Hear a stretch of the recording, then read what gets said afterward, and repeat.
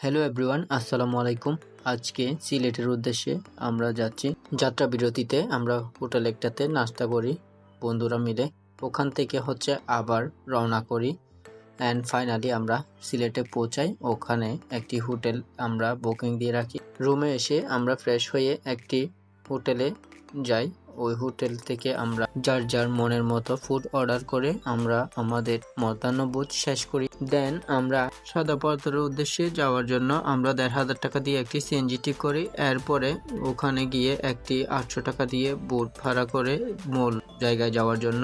আর আমি এদিকে আমার মতো করে এনজয় করতেছি।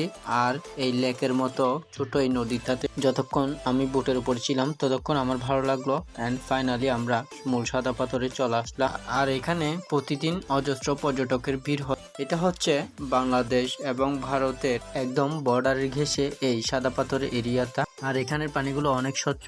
এরপর আমরা জৈন্তাপুরের বৃহত্তর লাল শাপলা বিলে আসলাম। আর এটা হচ্ছে শাপলা বিল। এখানে অনেক শাপলা, যদিও আমরা বিকেলে আসার কারণে শাপলাগুলো ফুটন্ত দেখতে পাইনি, কিন্তু এটার আসল সৌন্দর্য দেখতে হলে আপনাকে ভোরে আসতে হবে এই শাপলা বিলে। এই দিকটাতে পর্যটকরা ফটো তোলার জন্য তাদের জন্য এখানে ফটো ফ্রেম তৈরি করা হয়েছে, যেন মানুষ ছবি তুলতে পারে অনায়াসে। আর এটা হচ্ছে সূর্য অস্ত যাওয়ার সময়, সূর্য ডুবি ডুবি অবস্থা, কিন্তু আমার ওয়েদারটা অনেক জোস লাগছে। তবে এখানে কেউ যদি আসতে চাই ভোর সকালে আসাটা বেটার। এরপরে আমরা লালাখালে আসি। এই লালাখাল আমাদের দেখার অনেক ইচ্ছে ছিল অ্যান্ড ফাইনালি আমরা লালাখালে চলে আসলাম। আর এই লালাখালের পানিটা অন্য খালের পানি থেকে একটু ভিন্ন। এই খালের পানিটা একেবারে আপনি কিংবা আপনারা কেউ যদি কখনো আসেন তাহলে বুঝতে পারবেন। আর এই খালে এই নৌকাগুলো দিয়ে মানুষকে ঘোরায়, এগুলো হচ্ছে ভাড়া চালিত। আমরা এখানে কিছুক্ষণ সময় অতিবাহিত করে আমরা হোটেলের উদ্দেশ্যে রওনা হই, কারণ বেলা শেষের পথে। দেন রাতে আমরা হযরত শাহজালাল রাদিয়াল্লাহু তাআলা আনহুর মাজারে আমরা জিয়ারতের উদ্দেশ্যে আসি।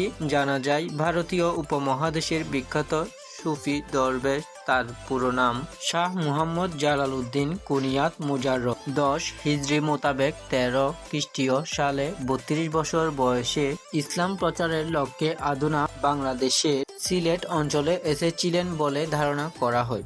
এখানে যেহেতু আমরা প্রথম আসছি, সেহেতু আমরা এই মাজারের চারপাশে ঘুরে ঘুরে দেখতেছি। এরপরে আমরা এখানে মসজিদ আছে, মসজিদে আমরা এশার নামাজটা শেষ করলাম। দেখতেই পাচ্ছেন এখানে অজস্র মানুষের সমাগম হয়েছে। আমরা নামাজটা শেষ করে এরপরে আমরা আউলিয়ার মাজারে আমরা জিয়ারতের উদ্দেশ্যে ওখানে জিয়ারত করি। জিয়ারত করার পরে আমরা হোটেলে চলে আসি। এরপর দিন আবারও দিনের বেলায় আমরা একটু ঘুরে আসি মাজারে ঘোরার পরে আমরা সরাসরি চলে যাই সিলেট শাহজালাল বিজ্ঞান ও প্রযুক্তি বিশ্ববিদ্যালয়ে। এখানে আমরা বেশ কিছুক্ষণ সময় অতিবাহিত করি, কিছুক্ষণ খেলা উপভোগ করি। এই ক্যাম্পাসটাতে বেশ কিছুক্ষণ ঘোরাফেরা করার পর আমরা ফাইনালি চা বাগানের উদ্দেশ্যে রওনা হই। আর এটাই হচ্ছে সে কাঙ্ক্ষিত চা বাগান। এইখানে আমরা চা বাগানটা আমরা ঘুরে ঘুরে দেখতেছি।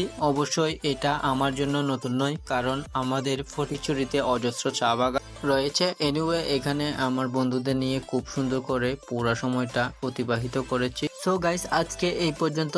দেখা হচ্ছে নতুন কোনো ভিডিওতে। সবাই অনেক অনেক ভালো থাকবেন। আল্লাহ হাফেজ।